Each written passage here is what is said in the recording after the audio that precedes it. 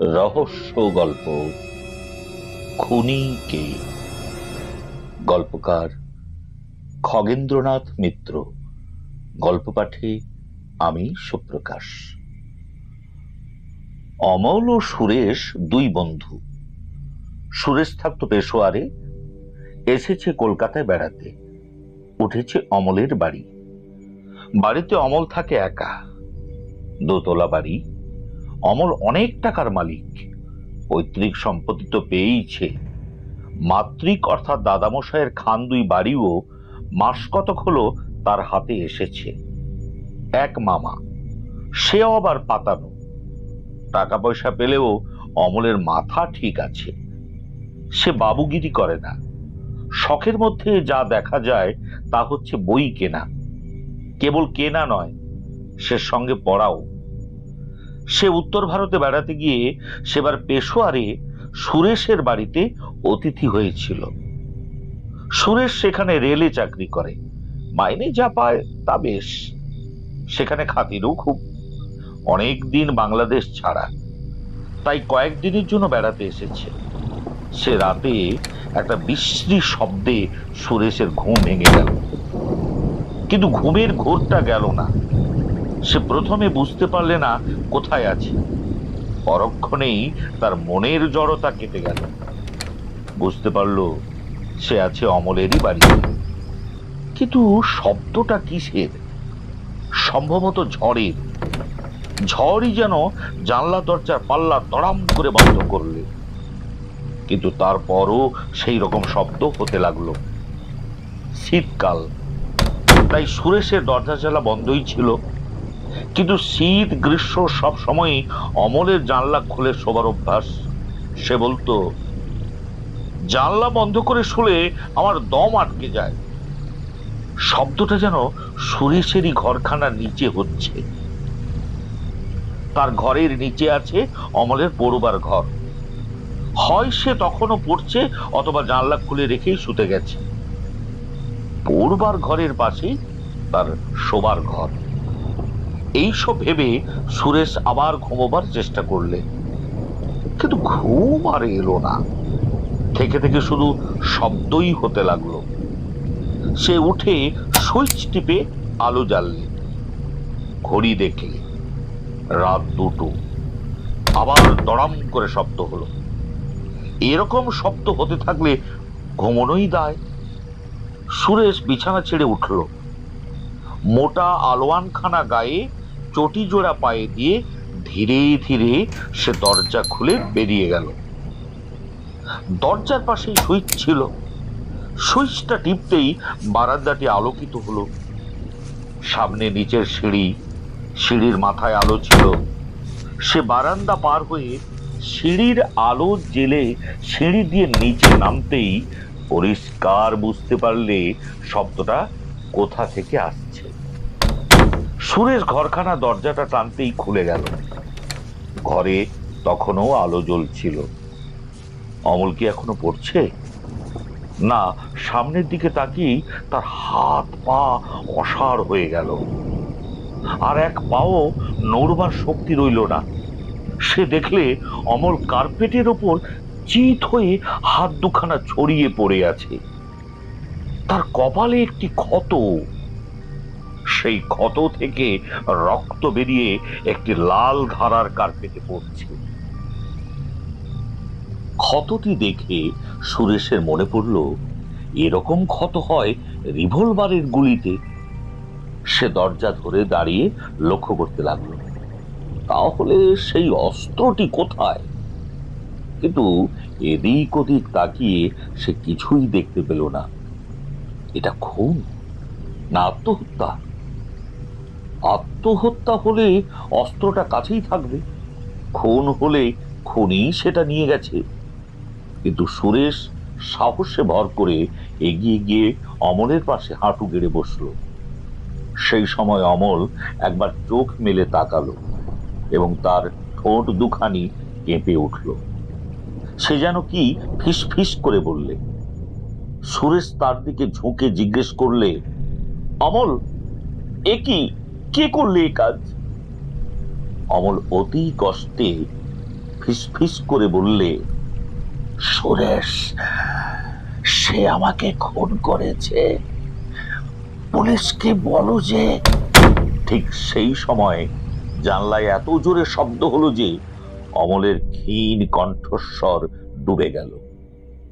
সুরেশ আরো ঝুঁকে তার কানের কাছে মুখ নিয়ে বললে, আমি শুনতে পাচ্ছি না, অমল কে? কিন্তু অমলের কণ্ঠস্বর চিরদিনের মতো থেমে গেল। সুরেশের হাত পা আর চলল না।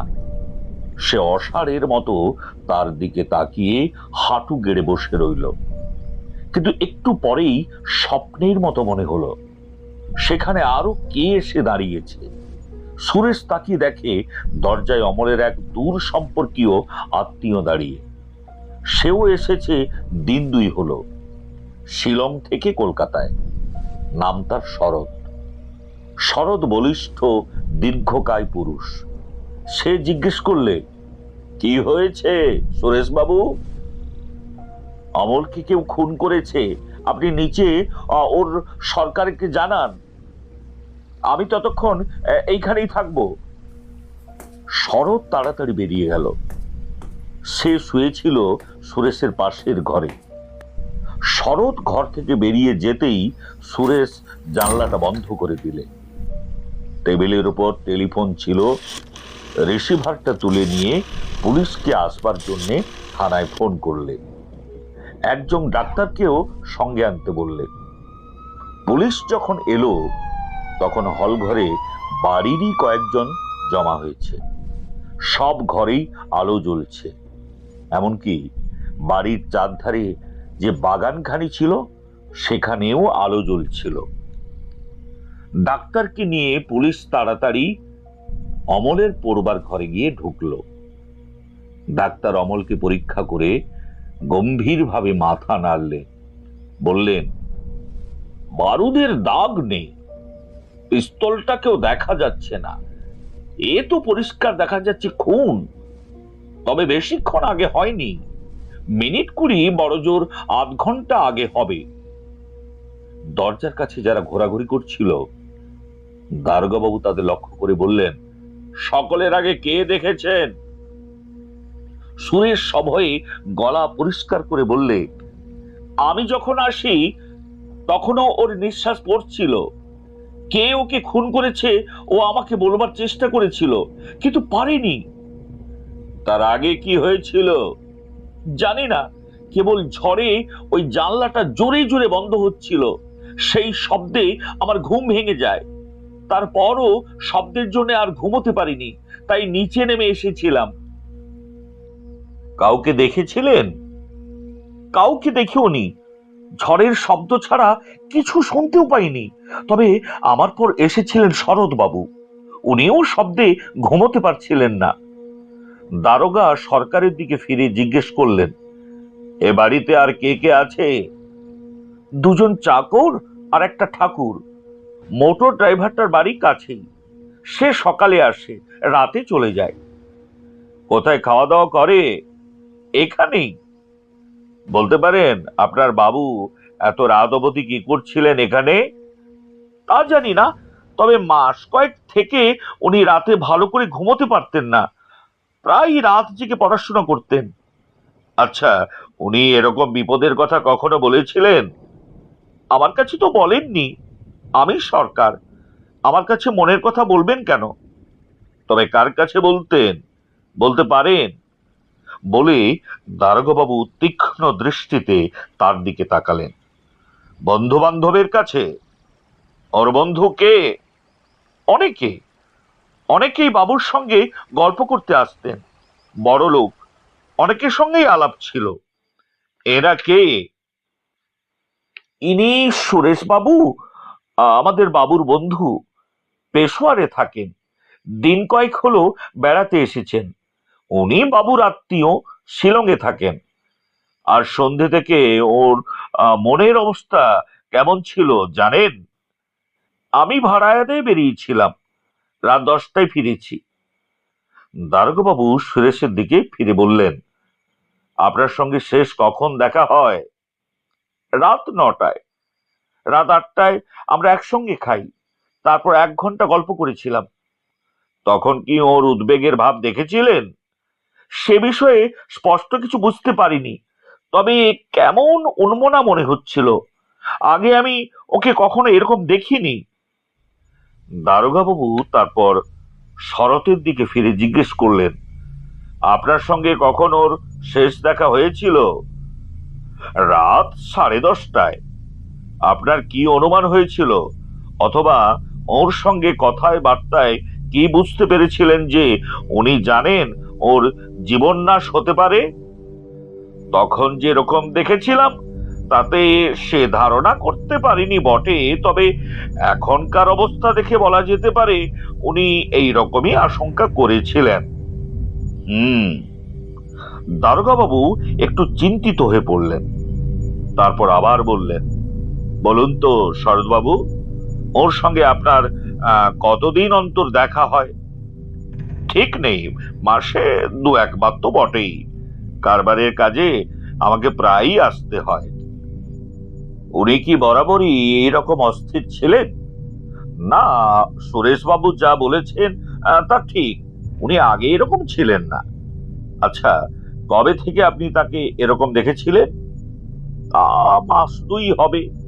মধ্যপ্রদেশের এক শহরে একটা খুন হবার পরেই ওকে কেমন একটু বিচলিত দেখেছি। এরকম? সে আবার কি? দারোগাবাবুর চোখ দুটো জ্বলে উঠল। সেখানে উনি গিয়েছিলেন বেড়াতে। তখন ওর এক বন্ধুকে একজন খুন করে। বন্ধুটির নাম ছিল হরিশ সমাদ্দার। সমাদ্দার যে হোটেলে ছিল সেই হোটেলে উনিও উঠেছিলেন। তারপর সমাদ্দারকে একজন সাহেব বেশি বাঙালি গুলি করে। যে লোকটা তাকে গুলি করে তার নাম উপেন চন্দ্র। তার সঙ্গে ওর পরিচয় ছিল। উপেন ধরা পড়ে, কিন্তু কি করে যেন হাজত থেকে পালিয়ে যায়।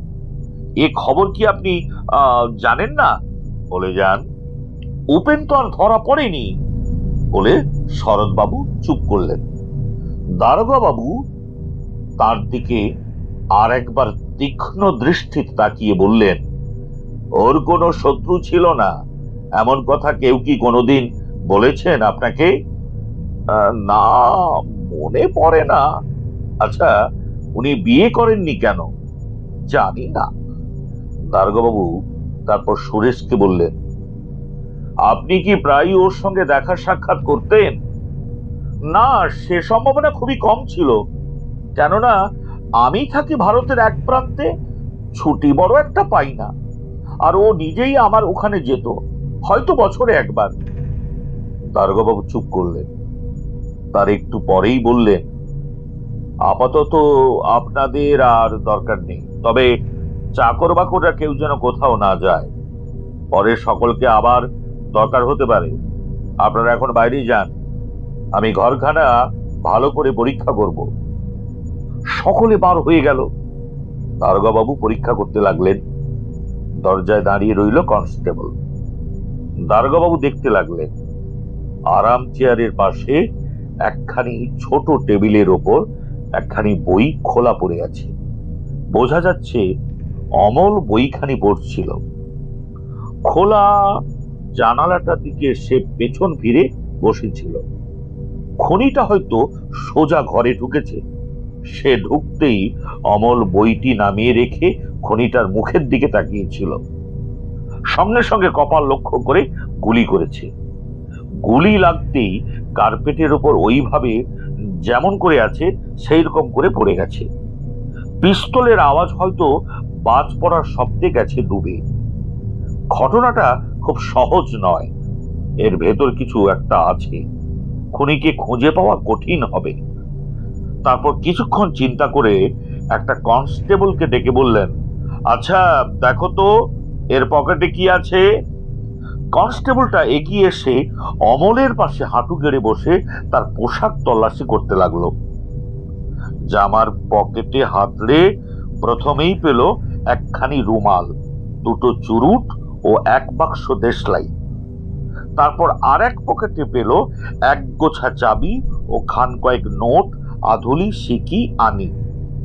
পরক্ষণেই আবার প্যান্টের পকেটে হাত দিয়ে একটা জিনিস টেনে বার করেই বলে উঠল, ই ক্যা? দারোগাবাবু দেখলেন একটি রিভলভার। তিনি সেটা কনস্টেবলের হাত থেকে নিয়ে পরীক্ষা করে দেখলেন তার 6টি খোপেই 6টি গুলি ভরা।